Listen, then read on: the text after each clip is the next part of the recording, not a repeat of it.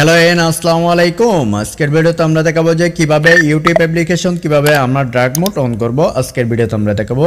আর video শুরু করার আগে বলবো যারা আমাদের চ্যানেলটি সাবস্ক্রাইব করেন নাই তাদেরকে সাবস্ক্রাইব করে রাখুন এবং ভিডিওটা সম্পূর্ণ দেখার অনুরোধ রইল। তো চলুন শুরু করা যাক।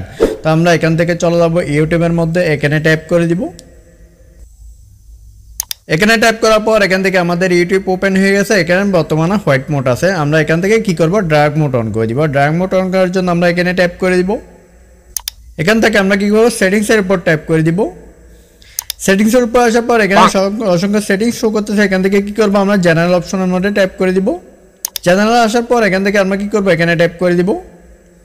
এখান থেকে আমাদের তিনটা অপশন শো করতেছে। এখান থেকে আমরা কি করব, ডার্ক মোড অন করে দিব। আমরা এখানে টাইপ করব ডার্ক থিম, এখানে টাইপ করে দিব।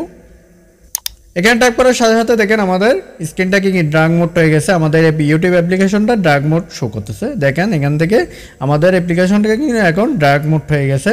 তো আজকের ভিডিও পর্যন্ত। ভিডিও ভালো লাগলে অবশ্যই চ্যানেলটি সাবস্ক্রাইব করবেন। ধন্যবাদ।